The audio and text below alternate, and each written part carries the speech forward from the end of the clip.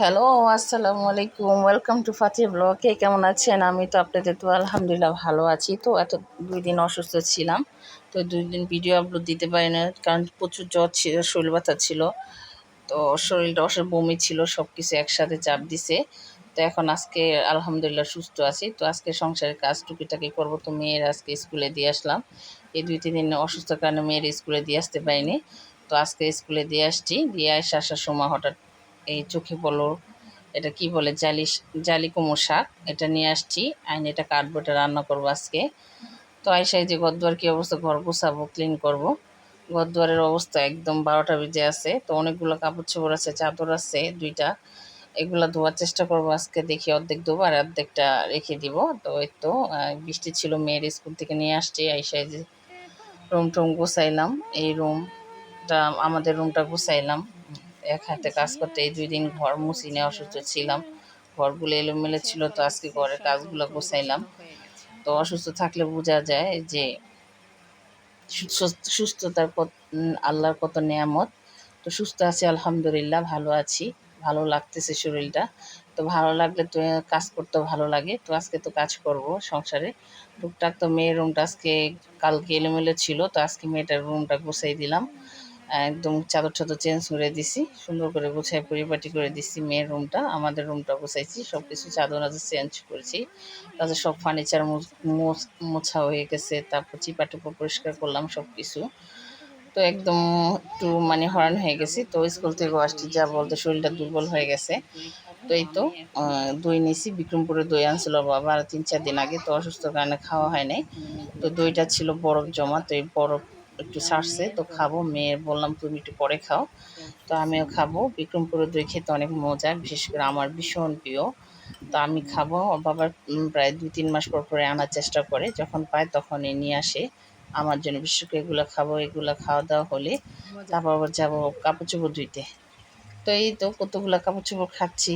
তো এগুলো ধুয়ে রোদ দিব। আর ওই চাদর আছে 2টা, এটা আজকে আর ধুবো না, কালকে ধুবো, আগামীকাল।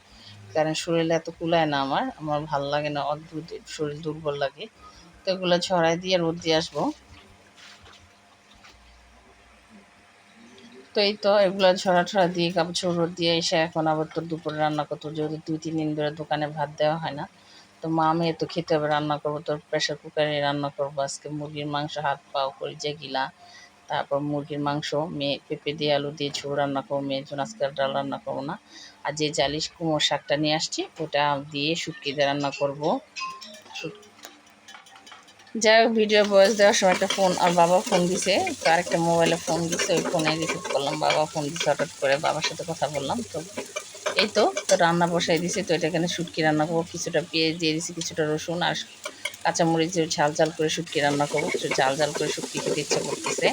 আর এটা কী শুটকি বলে আমি জানি না, শুটকির নাম জানি না। যে 2টা শুটকি দিয়ে দিছি হালকা করে ধুয়ে। আর এই পাতা দিছি, জালি কুমড়োর পাতা, 2টা আলু দিছি যাতে ভালো লাগে। তো সবাই নিতেছিল, আমিও নিয়ে আসলাম, দেখি ভালো লাগে কিনা। তো এই তো রান্না করতেছি। মেয়ে, বিশেষ করে মেয়ের বাবাও খায় শুটকিটা। এই তো আমি আর পানি দিই নেই, এই শাকের পানি যে ছিল ওই পানিতে পানি উঠে গেছে, দেখেন অনেকগুলো পানি আছে। এটিতেই শাকটা হয়ে যাবে, আর পানি দিতে হবে না। তো একদম শুকনা শুকনা করে আমি এই শুটকিটা নামাবো। তো আমি কখনো জালি কুমড়োর শাক দিয়ে কখনো শুটকি রান্না করিনি। তো আমি আমার শ্বশুর বাড়ি খেয়েছি, আমার জাল খাওয়াইছে ভাবি, রান্না করে ভালোই লাগে, খাই। আর দেখেন আমার কি এই ঢাকাতে আমি কিনা খাই, আর গ্রামে আমাদের ঢাকার ভিতরে হয়ে থাকে। আর এই তো রান্না করে আমার প্রায় শেষ পর্যায়ে। তো আমি এখন ভাত খাবো, ভাত নিছি আর ভর্তা করছি, আলু ভর্তা করছি, কালিজিরা ভর্তা, শুটকি ভর্তার জন্য মুখে রুচি নাই। তো এখন এগুলো দিয়ে আমি খাওয়া দাওয়া করবো। এই তো কি খাওয়া খায়? দাওয়া করে বিকালে তো মেয়ে আমার ফুচকা ফুচকা। খাদ্য নিয়ে আসছি, প্রতিদিনের যে ফুচকা ফুচকা লাভার খাও? সে। যাই হোক, ভিডিওটা ভালো লাগে লাইক কমেন্ট শেয়ার করুন। ফাতেহ ব্লগের সাথে থাকবেন, সবাই ভালো থাকবেন, আল্লাহ হাফেজ। খাও, চাল ছাড়া খায়, খাও, ধরো উঠাও। করো।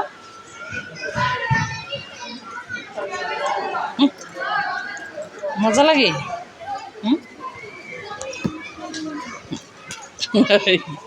ফাতিয়া, এই যে এম